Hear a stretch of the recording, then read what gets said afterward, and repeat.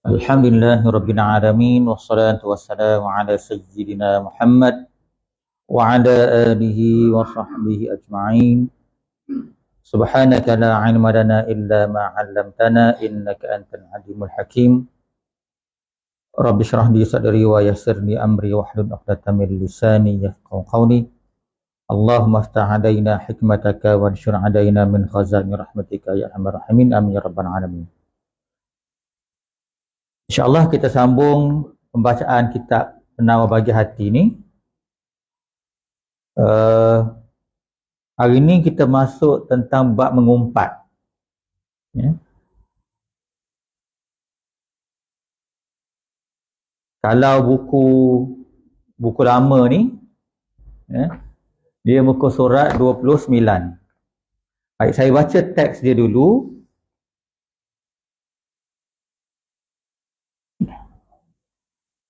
Adapun mengumpat,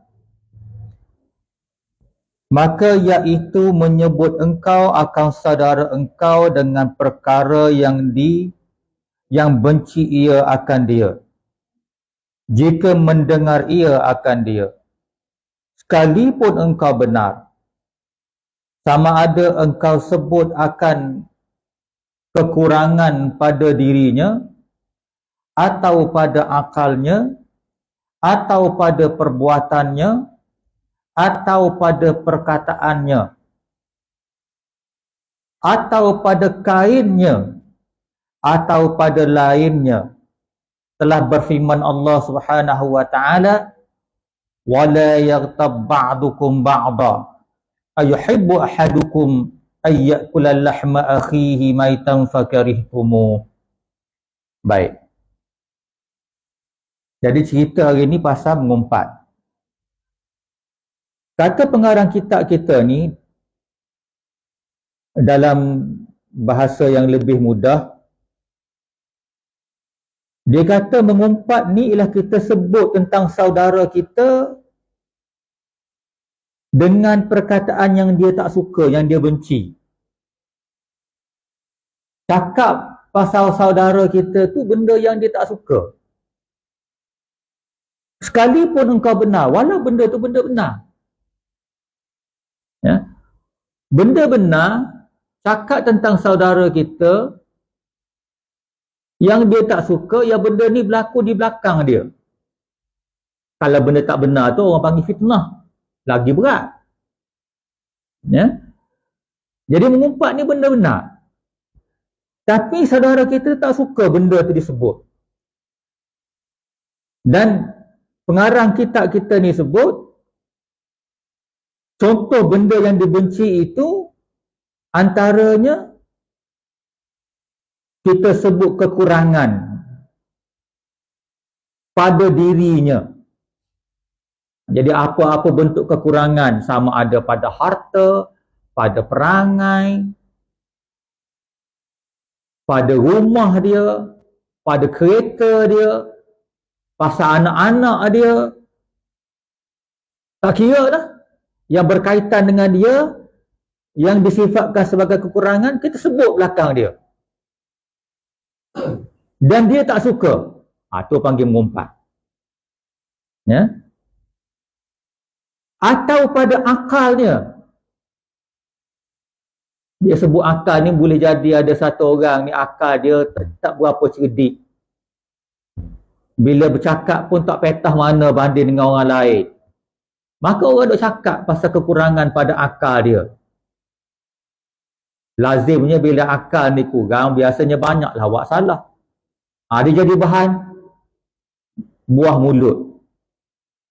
Bercakap tentang benda tu dikatakan sebagai mengumpat juga. Atau pada perbuatannya. Mana tingkah laku seseorang. Walau benda tu benar, kita cakap tentang tingkah laku saudara kita di belakang dia, dikatakan sebagai mengumpat. Atau pada perkataan dia, tutur kata dia pun sama juga. Pendek kata benda ni halus tuan-tuan. Kalau kita nak senarai kan banyak tuan-tuan boleh senarai sendirilah. Banyak sangat benda-benda kekurangan orang lain bila kita sebut dia jatuh pada mengumpat. Itu definisi yang pengarang kitab kita sebut. Bahkan dalam kitab kita ni, pengarang kita sebut pasal apa? Hatta pada kain yang dia pakai pun, nak cerita sampai tahap macam tu. Boleh jadi kain satu orang pakai tu pelik sikit banding orang lain. Kalau kita mari surah kat kain putih ke, warna-warna yang malak ke, katakanlah satu orang tu dia pakai warna oranye yang merah menyala umpamanya, mari surah, tiba-tiba ada orang sebut, Allah Mamat, merah menyalanya kain pakai tu contoh, jadi juga mengumpat. Jatuh mengumpat juga. Maknanya benda ni halus tuan-tuan. Benda ni halus. Dalam kata lain, Islam nak mengajar supaya akhlak kita jadi sangat halus. Sangat halus. Maknanya tuan-tuan, tajuk ni sangat-sangat penting kita bahas. Tajuk ni sangat penting. Ya. Tuan-tuan pun tahu, saya pun tahu. Orang kita, ialah lebih-lebih lagi, kalau sekarang ni kalau kita perhati, orang tengok dalam Facebook dan sebagainya, buruk sangat perangai orang kita. Buruk sangat. Ya. Tak tahulah kalau saya cakap ni salah, tuan-tuan betul lah. Saya duk perhati hampir semua kena penyakit mengumpat. Hampir semua. Orang politik dengan orang politiknya. Sampai kita boleh, kalau kita tengok, kita orang biasa, rakyat biasa tengok. Asal jadi orang politik aja mulut jadi mulut uduh. Taklah semua, kan? Tapi macam mana tu? Orang politik ni satu hari dia akan takbir kita, jaga kita. Kalau dia mulut uduh, jadi macam mana? Jadi ikutan lah jawab dia. Jadi ikutan. Bukan sahaja orang politik. Orang lain pun sama juga. Bahkan kadang-kadang terkena tempias tu di kalangan orang-orang agama. Ada kan? Orang agama. Kadang-kadang kita kata, macam mana ni jadi fitnah ni orang agama mulut uduh ni umpamanya. Orang agama pakai serban mulut uduh. Taklah semua, boleh jadi segelintir. Tapi kalau berlaku di kalangan orang agama, walaupun segelintir, dia jadi macam nilai titik. Lagilah orang duk jaja. Allah Tok Haji cakap mulut uduh. Padahal 2-3 orang aja. Jadi penyakit ni serata. Dan implikasinya apa tuan-tuan? Bila pakak duk mengumpat, mestilah ada sasaran dia. Orang yang kena umpat tu suka ke tak suka, mestilah marah. Bila marah, apa yang akan berlaku? Umat Islam tak boleh nak satu lah tuan, pecah lah jawab dia. Jadi yang pecah belah ni antara sebab ni lah bendanya. Jadi maknanya bab ni sebenarnya kena bahas bukan setakat kita. Ahli-ahli politik tu kena bahas dia, kena syarah sebuti-sebuti kat muka dia orang. Bukan kita enter orang politik, tidak. Tak sama sekali. Bahkan tuan-tuan kena ingat Rasulullah tu ahli politik.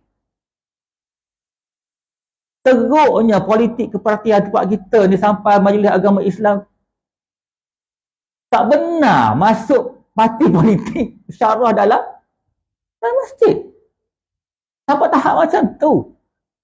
Walhalnya Rasulullah tu ahli politik juga. Bahkan Masjid Madinah tu pusat politik tuan-tuan. Tuan-tuan baca lah sirah. Banyak keputusan politik dibuat di Masjid Madinah. Hari ni jadi terbalik.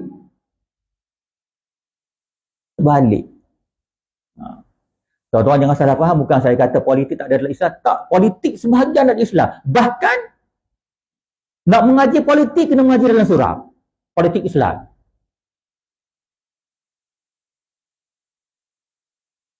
Nak beramal dengan politik kepartian di luar surau. Sama juga isu jual beli. Nak belajar jual beli Islam dalam surah. Jual beli luar surah, tak dia dalam surah. Tuan-tuan nampak? Walaupun kita faham asalnya politik ni pusat pentadbiran Masjid Madinah. Tapi zaman kita tak boleh buat. Sebab kalau parti ni masuk, boleh buat, parti dia nak buat juga. Nampak? Saya dah sebut di suatu masjid saya pergi, saya kata, dia begini. Betul dah yang Maiz sebut tu. Antaranya mulut orang politik sekarang kebanyakannya mulut uduh.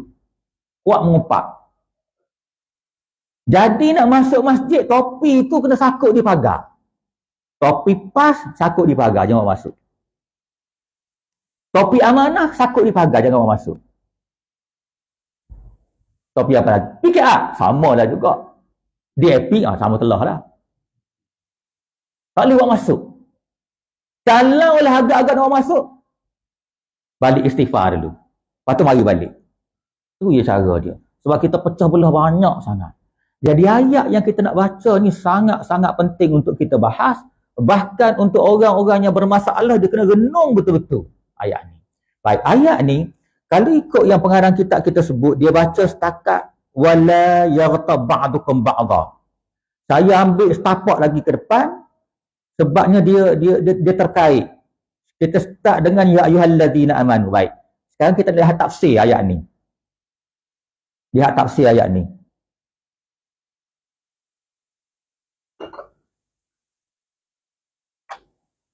Ayat ni surah Al-Hujurat ayat 12.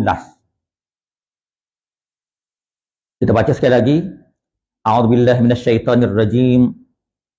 Ya ayyuhalladzina amanu ijtanibu katsiran minadh-dhann inna ba'dadh-dhanni ismun wa la tajassasu wa la yaghtab ba'dukum ba'dha ayuhibbu ahadukum an ya'kula lahma akhihi maitan fakarihtumuh wattaqullaha innallaha tawwabur rahim. Baik. Mula-mula Allah kata ya ayyuhalladzina amanu. Wahai orang-orang yang beriman. Ayat ini Allah seru kita, tuan-tuan. Siapa seru? Allah sendiri. Jadi bila Allah seru ya ayyuhalladzina amanu, maksudnya apa? Disebut dalam kebanyakan kitab tafsir, dia bermaksud dia nak tarik perhatian kita. Bila Allah kata ya ayyuhalladzina amanu, hei orang-orang yang beriman, selek matamu dengar aku nak kata apa ni. Itu maksudnya. Kemudian Allah kata apa? Ijtanibu maksudnya jauhkan oleh kamu. Jauhkan oleh kamu katsiran minadh-dhann. Katsiran banyak minadh-dhann daripada sangka-sangka. Ni. Saya ulang balik. Allah kata lepas dia seru, ijtanibu, jauhkan oleh kamu.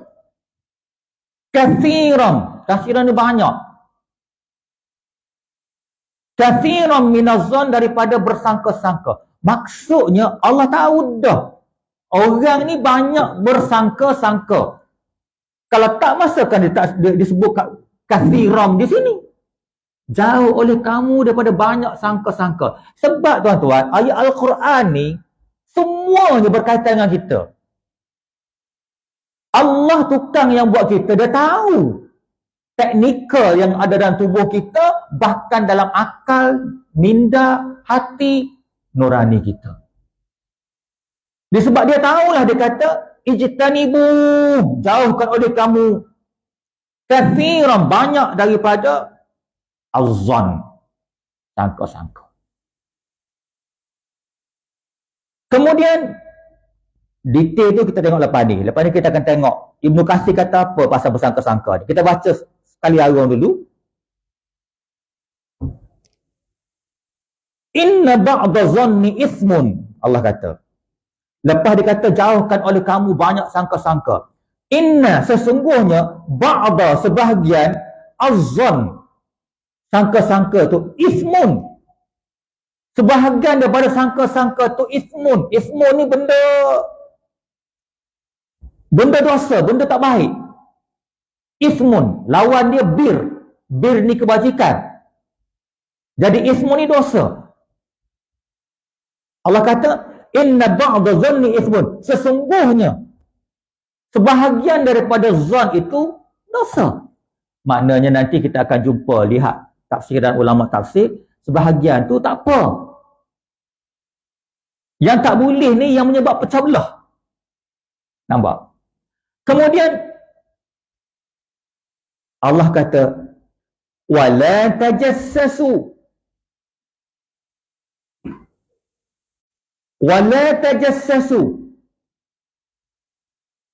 Dari perkataan tajassasa. Tajassasa ni maksudnya mencari-cari. Bermaksud mengintip. Wala tajassasu. Janganlah kamu mengintip-ngintip, mencari-cari. Cari apa? Kesalahan orang. Sebenarnya saya start daripada awal ayat ni, tak ikut betul-betul yang pengarang kitab ni sebut. Sebab keseluruhan ayat ni dia menceritakan bagaimana mengumpat tu berlaku. Mula-mulanya mengumpat tu berlaku dengan zon, sangka-sangka. Lepas ada sangka buruk dengan orang, tak puas hati, dia nak cari bukti. Nak cari evidence yang Mamat ni aku tak suka, aku nak membuktikan bahawa aku tak suka ke dia. Maka nak dapat bukti, kena cari. Wala tajassasu. Nampak? Sama-sama yang berlaku.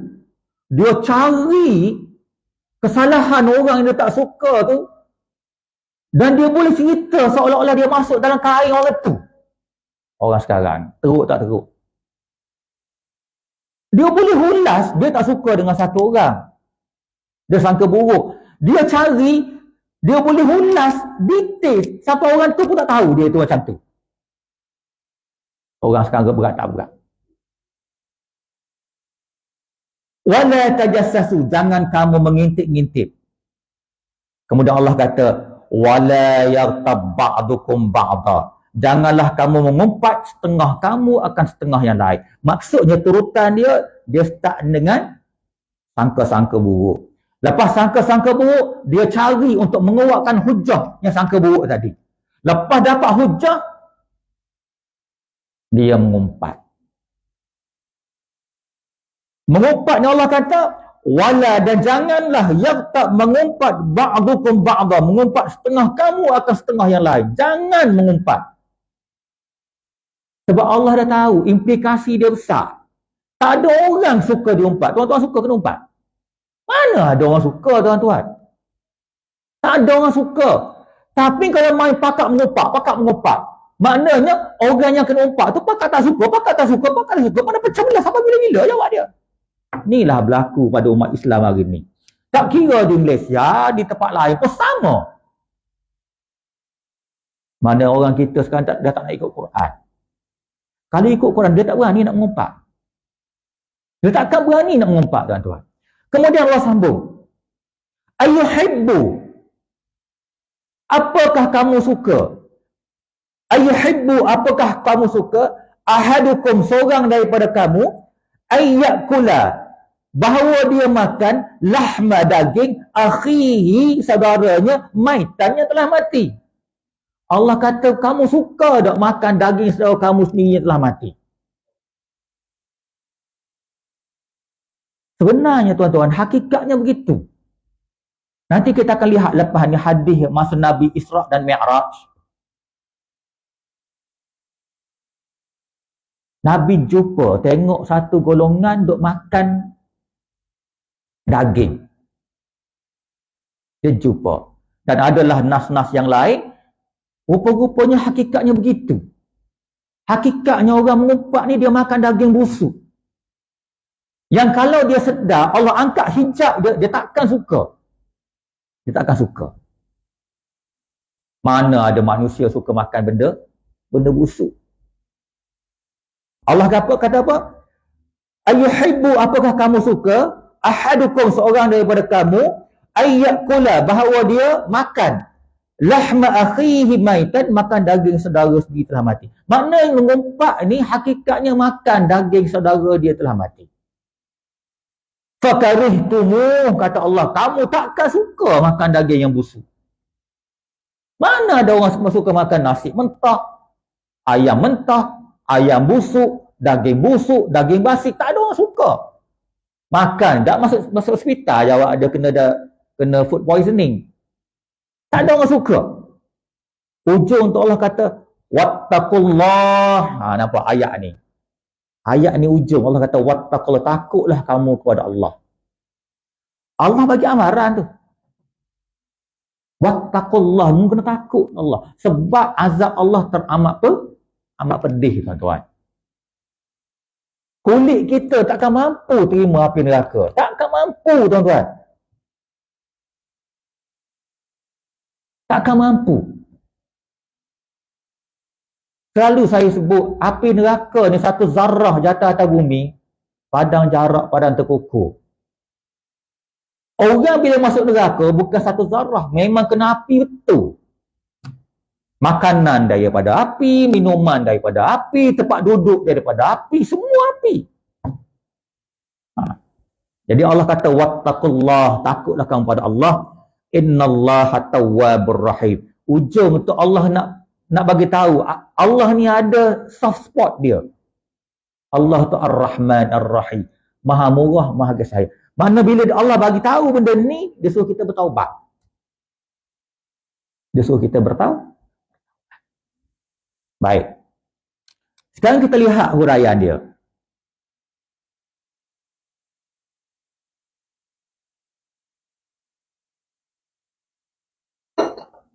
Secara kasar ya tuan-tuan, hadis ni cerita mengumpatnya berlaku bukan begitu saja. Dia start dengan sangka-sangka. Bila sangka-sangka tu terlampau bergelojok dalam hati dia, step nombor 2, dia akan mencari-cari untuk dapat hujah. Tu wada tajassasu. Jadi, sangka-sangka pun dosa, tajassasu pun mencari-cari pun dosa juga. Dan kesudahannya mengumpat. Jadi, maknanya, kalau nak berhenti daripada kena cantas awal tu. Kena perobat hati, jangan sangka buruk pada orang. Orang sekarang ni kuat sangka buruk, tuan-tuan. Lama tak jumpa kawan. Lalu baik. Tiba-tiba kawan dia masak. Allah, mamak ni. Tak kerti tegur aku umpamanya. Pelik ni mamak ni. Dah jadi panggil uduh kali. Dalam hati. Padahal member tu sakit nak buang air besar. Sakit perut. Nampak? Kita ni, tubuh kita ni akan bagi reaksi apa yang kita rasa.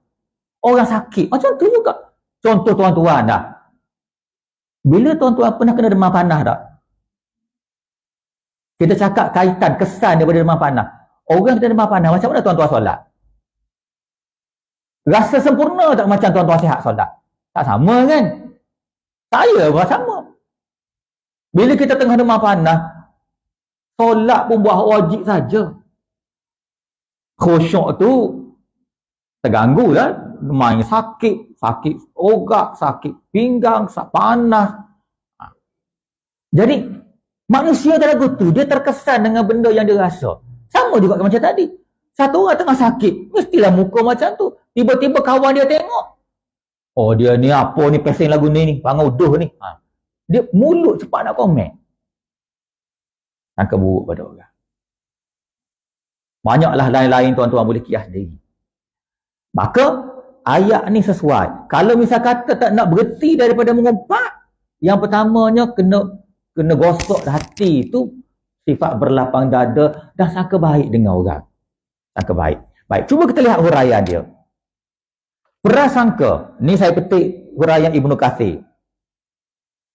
Kata Ibnu Katsir, banyak daripada prasangka, iaitu melakukan tuduhan dan mengakibatkan pengkhianatan terhadap keluarga, kerabat serta umat manusia keseluruhannya yang tidak pada tempatnya. Kata Ibnu Katsir, dia tulis dalam tafsir dia ni, banyak sangka-sangka buruk ataupun tuduhan terhadap keluarga. Dia sebut boleh jadi di peringkat keluarga, kerabat, boleh jadi berlaku di peringkat kerabat, bahkan umat manusia, masyarakat keseluruhannya yang tidak pada tempatnya, yang tak benar. Banyak sangkaan yang tak benar. Sama yang berlaku sekarang ni. Parti ni bergaduh dengan parti ni, sangka buruk. Boleh jadi betul, boleh jadi tak betul. Padahal orang profesional tengok facts dulu. Kan? Kita dah pecah belah habis. Kemudian Ibnu Katsir bawa, dia kata Sayyidina Umar radhiyallahu anhu berkata, jangan kamu bersangka-sangka terhadap ucapan yang keluar dari saudara mukminmu kecuali prasangka yang baik. Sayyidina Umar kata, bila satu orang sahabat keluar bercakap dengan satu benda, boleh jadi dia ni tak pandai bercakap. Tuan-tuan, bercakap ni bukan semua orang pandai, tuan-tuan. Ada orang tak reti bercakap. Dia nak cakap A jadi B. Kan? Kalau semua pandai bercakap, semua jadi lecturer lah belaka. Kan? Tak semua pandai bercakap. Jadi kata Sayyidina Umar, jangan kamu berprasangka terhadap ucapan yang keluar dari saudara mukminmu kecuali prasangka yang baik, sedang engkau sendiri mendapati adanya kemungkinan ucapan itu mengandungi kebaikan. Dia suruh twist. Boleh jadi ucapan yang dia sebut tu ada benda baik, sebenarnya ada benda baik.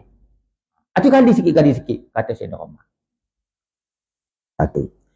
Kemudian saya tengok tafsir Jalalain pula. Dalam tafsir Jalalain dia kata, sebahagian sangka-sangka menyebabkan dosa. Seperti buruk sangka kepada orang baik dan kaum mukmin. Dia kata, yang ayat tadi kata inna ba'da dhanni ismun. Sebahagian daripada sangka-sangka terdosa. Kata Ibnu Katsir, sebahagian sangka-sangka memang berdosa. Seperti sangka buruk pada orang-orang baik dan kaum mukmin.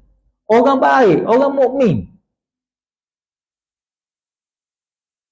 Yang kebarangkalian dia untuk buat jahat susah. Kerana salah cakap sikit, sangka buruk. Dia tak boleh, dia tak boleh. Orang seperti ini, kata tafsir Jalalain, banyak jumlah dia.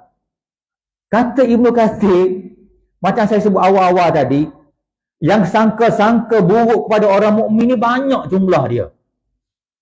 Banyak jumlahnya, maknanya bukan zaman kita. Zaman tafsir Ibnu Jalalain ni, maknanya dia dua jalan sebenarnya. Jalaluddin As-Suyuti dan Jalaluddin Al-Mahalli, dua-dua nama Jalaluddin. Maknanya zaman Imam Suyuti pun dia duk perhati zaman dah ni buat jahat macam ni, jadi mulut uduh. Kemudian kata tafsir Jalalain lagi, berbeza jika buruk sangka kepada orang fasik, maka tidak ada dosa padanya pada perkara-perkara yang kelihatan daripada mereka. Kalau buat buruk sangka pada orang fasik tak apa pula. Contoh, dah tahu dah mamak tu penagih dadah, pengedar dadah. Maka kita berburuk sangka supaya anak kita tak pergi berkawan dengan dia. Tak apa lagu tu. Dah jelas orang tahu dia tu kaki pengedar dadah. Tak apa, kata tafsir Jalalain. Maknanya berburuk sangka kepada orang fasik bersifat untuk menjaga daripada kemudaratan. Okey, kemudian wala tajassasu. Dan janganlah kamu mencari-cari kesalahan orang, mengintip-ngintip.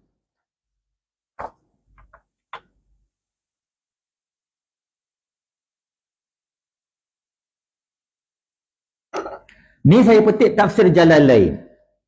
Tafsir Jalalain menjelaskan, jangan kamu mencari-cari aurat kesalahan dan kekurangan orang mukmin. Itu maksud dia. Mengintip-ngintip ni cari kesalahan orang, keaiban orang, kekurangan kaum tak boleh. Itu maksud wala tajassasu. Rupa-rupanya tuan-tuan, banyak hadis sebut benda ni, banyak. Mencari aib orang. Orang sekarang ni tuan-tuan, kalau jumpa aib itu, dia post dalam Facebook, kalau boleh biar satu dunia. Bukan satu dunia, 10 dunia tahu tak apa. Perangai orang depan uduh. Dia suka mengaibkan orang lain. Kan ada cerita yang hilang kat hutan Yasrina kan. Lalah minta maaf. Buat fitnah dengan Tok Batin tu. Kan dah kena cekuk, tak pasal-pasal. Mananya ada orang buat ni saja-saja. Lalah dia mengaku dia saja-saja fitnah. Kalau tengok yang tukang like itu, bukan sikit-sikit tuan-tuan. Terkena juga. Sebelum mengaku tu terkena juga. Tukang like, tukang sambut. Allahu Rabbi. Maknanya cari tu bab fitnah. Kalau jumpa aib betul lagi lah. Maknanya kita ni dah rapat dengan kiamat ni tuan-tuan. Dah rapat dengan kiamat. Zaman orang suka aibkan orang lain. Kalau boleh aib orang, seolah-olah macam raya. Macam hari raya boleh jumpa aib orang. Bunga dalam Facebook. Letak bunga-bunga lagi. Rempah ratus. Nak suruh sedap aib orang tu. Dalam bab ni tuan-tuan, banyak hadis. Kita baca setakat yang boleh. Hadis yang pertama. Hadis riwayat oleh Abu Daud. Ni tentang cerita aib orang. Hadis riwayat Abu Daud, sanadnya sahih daripada Salim dari ayahnya. Kata Rasulullah sallallahu alaihi wasallam, al-muslimu akhul muslim. Kata Nabi, seorang muslim tu saudara muslim yang lain. Lepas tu Nabi kata, la yazlimuhu wa la yuslimuhu. Tidak menzalimi dan tidak menundukkannya. Satu orang muslim, dia saudara muslim yang lain. Bila dia sifat saudara kepada muslim yang lain, dia tak akan menzalimi saudara dia dan tak akan menjatuhkan. Wala yuslimuhu, makna tidak akan menjatuhkan dia. Itu sifat orang mukmin. Dia tak akan menzalimi, tak akan menjatuhkan orang lain. Hari ni, bukan setakat menjatuh, pijak lagi. Berat tak berat? Ya? Pijak lagi. Kemudian ujung tu Nabi kata, Waman sataral mu'min, waman sataral musliman, satarallahu yaumal qiyamah. Dan barang siapa satara, menutup apa? Menutup aib musliman, seorang muslim, satarahullahu yaumal qiyamah, maka menutup Allah Ta'ala akan aibnya di hari kiamat. Hadis riwayat Abu Daud, hadis sahih. Maknanya tuan-tuan, salah satu sifat muslimin bila dia berinteraksi dengan muslim yang lain ialah dia akan tutup aib muslim yang lain.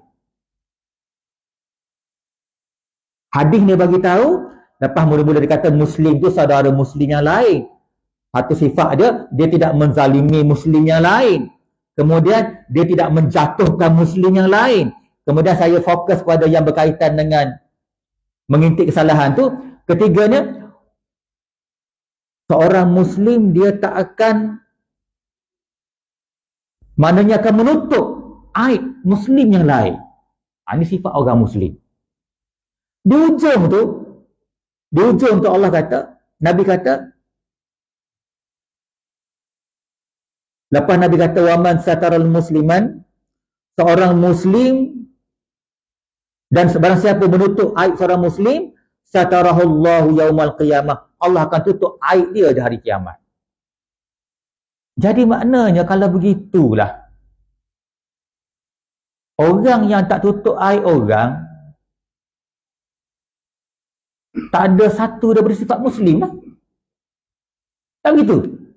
Sebab Nabi start al-muslimu akhul muslim. Muslim ni saudara muslim yang lain. Sifat yang pertama, dia tidak menzalimi. Sifat yang kedua, dia tidak menjatuhkan orang. Dan sifat yang ketiga, dia akan menutup aib seorang Muslim. Kalau tak tutup aib Muslim, maknanya kuranglah satu sifat Muslim dia tu. Cumanya yang berat disebut dalam ni, siapa-siapa yang tutup aib seorang Muslim, Allah tutup aib dia hari kiamat. Tuan-tuan, saya doa, tuan-tuan doa supaya Allah tutup aib kita hari kiamat. Berat tuan-tuan. Hari kiamat nanti, bila mari Mahkamah Agung, Allah tayang kelaku kita daripada start akhir balik sampai kita mati. Seluruh yang ada, yang Allah cipta atas dunia ni, pakat tengok macam mana skrin besar tu, wallahu alam. Yang penting semua tengok. Pada waktu tu tuan-tuan, kalau lah aib kita Allah tunjuk semua, tiba-tiba menantu kita kata, oh mertua aku lagu ni perangai belakang rupa-rupanya. Tak aib lah. Cucu kita jawab, tok ayah aku ke tu? Cucu. Jahat rupanya tok ayah aku. Jadi cerita tutup aib akhirat ni sangat-sangat penting tuan-tuan. Saya dah doa biar Allah tutup. Sebab aib kita banyak. Aib kita banyak. Bini kita tahulah aib kita banyak mana. Duduk kita hari-hari. Kalau tahu dia orang, subhanallah, malu kita. Jadi kalau nak tutup, nak suruh Allah tutup aib kita, tutup aib Muslim yang lain. Hadis kedua. Lepas ni kita berhenti. Ni cerita baru wala tajassasu ni. Hadis seterusnya, hadis juga riwayat Abu Daud, hadis sahih daripada Muawiyah. Dan ni saya baca reka-reka. Nabi kata, innaka, sesungguhnya kamu, in ittaba'ta auratin nas, jika kamu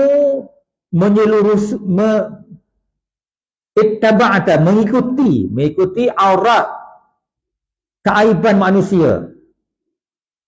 Maknanya Nabi kata kalau kamu duk cari, duk sprung, duk teropong aib orang, itu maksud dia. Nabi kata afsattahum, maknanya kamu ni sebenarnya merosakkan mereka. Belum mengumpat lagi. Mu duk cari salah orang, hakikatnya kamu dah merosakkan mereka. Au tufsidahum, atau hampir merosakkan mereka. Maknanya Nabi sebut di sini, orang yang mencari-cari aib orang ini, sebenarnya mereka ni nak merosakkan rumah tangga orang. Merosakkan orang lain. Sedangkan awal kita baca tadi, Muslim tu saudara Muslim yang lain. Macam mana satu Muslim nak menjadi akhul Muslim, saudara Muslim yang lain, kalau dia ni nak merosakkan, bahkan merosakkan ni hukumnya haram.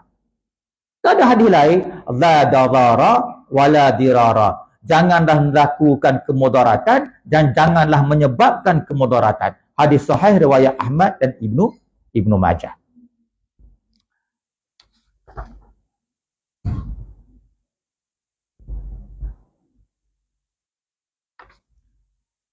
Kemudian di hujung tu, wala yartab ba'dukum ba'da ayuhibbu ahadukum ayyakula lahma akhihi maitan fakarihtumuh. Janganlah kamu mengumpat setengah kamu akan setengah yang lain. Apakah kamu suka seorang daripada kamu makan daging saudara kamu sendiri yang telah mati? Fakarihtumuh, kamu tak akan suka. Baik, cuba kita lihat tafsir Jalalain pada sini. Dalam tafsir Jalalain dia sebut, jangan sebut suatu yang dibenci meskipun suatu benda tu ada pada diri dia, kata tafsir Jalalain.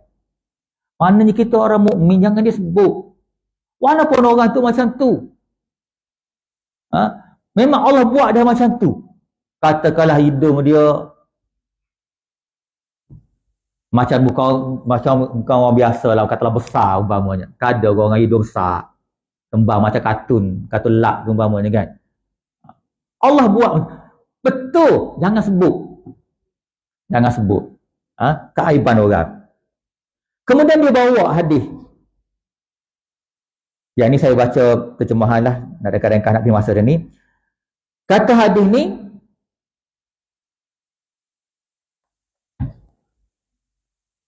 tak boleh saya baca last kali hadis ni, kemudian kita berhenti insyaAllah. Okey. Dalam hadis ni diriwayatkan oleh Abu Dawud. Daripada Abu Barzah Al-Aslami, kata Rasulullah sallallahu alaihi wasallam, "Wala taghtabul muslim." Janganlah mengumpat kamu seorang muslim. "Wala tattabi'u auratihim." Jangan kamu mencari-cari, mengikuti menelusuri aurat, kaiban mereka, makna mencari-carilah. Fa innahu man ittaba'a auratihim, kerana sesungguhnya barang siapa mencari aurat kesalahan orang lain, yattabi'allahu auratahu, Allah akan ikut mencari kesalahan mereka. Hadis ni kata, siapa dia yang cari salah orang lain, Allah akan cari salah dia. Kemudian, waman yattabi'allahu auratahu, siapa dia yang menjelurusi, yang mencari Allah akan aib mereka,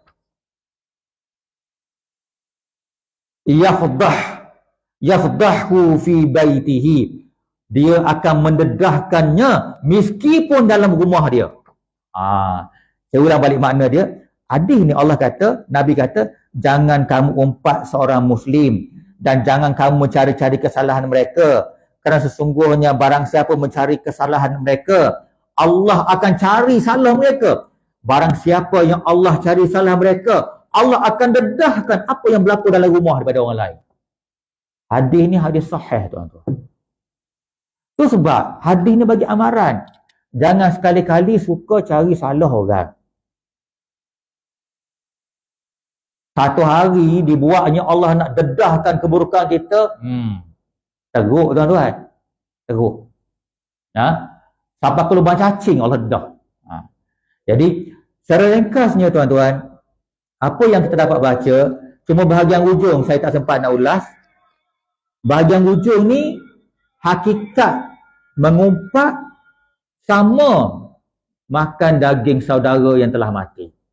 Okey, yang ni kita bawa ke minggu depan. Cuma yang iktibar, tuan-tuan, bila kita baca ayat ni, menunjukkan betapa seriusnya maksiat mengumpat. Selagi kita tak boleh bendung, tak boleh kekang mengumpat di kalangan masyarakat, selagi itulah kita tak akan dapat bersatu. Sebab benih mengumpat ni benih pecah belah. Benih pecah belah. Jangankan masyarakat, adik-beradik boleh pecah belah dengan mengumpat. Boleh tak pukul siapa. Hatta antara anak dengan mak pun boleh pecah belah akibat daripada mengumpat. Jadi, maknanya teruknya virus mengumpat ni, tuan-tuan. Jadi, mudah-mudahan sikit sebanyak, bila kita tahu, dapat kita sebarkan. Yang penting, kita kena ikhtiar untuk aman. Ikhtiar untuk aman. Dan kita orang surau, dia lain, tuan-tuan. Kita ni contoh orang lain. Kalau orang surau pun tak boleh nak kekang mengumpat, yang luar lagi lah. Kita kena contoh yang kita ni lebih baik. Maka orang lain pun ikut. Kalau sama-sama Pak Haji, sama-sama Ustaz pun duk main benda yang sama, tak ada jalan orang panggil kan. Wallahu a'lam bissawab. Ada soalan? 1, 2.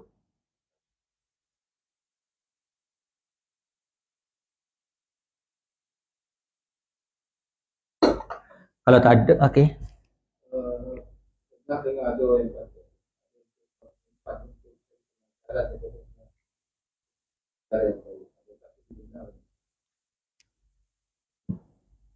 Ada orang kata mengumpat untuk mendapat pengajaran.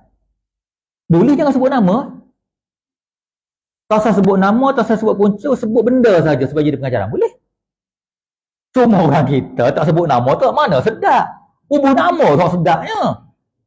Kalau boleh bubuh nama lagi. Ambil gambar rumah lagi bubuh. Oh ni bini dia ni anak. Barulah orang panggil. ada rembah ratus. Lagi? Jadi mudah-mudahan tuan-tuan kita dipelihara ialah nanti hujung-hujungnya kita akan tengok. Dosa mengumpat ni payah nak buang tuan-tuan. Payah nak buang. Hak tu yang kadang-kadang kita kena risau. Benda ni dosa mengumpat hanya akan terhapus bila orang yang kita umpat tu maaf. Lepas tu siapa dia atas dunia ni berani pergi mengadap. Nak hari-hari duk mengumpat dalam Facebook. Nak cari seorang-seorang. Catat orang yang dia mengumpat dekat 1000. Baru mati dah. Ni bahaya orang yang suka main media sosial. Bahaya duduk di situ. Aku qauli hadza wa astaghfirullahal azim li wa lakum. Wassalamualaikum warahmatullahi wabarakatuh.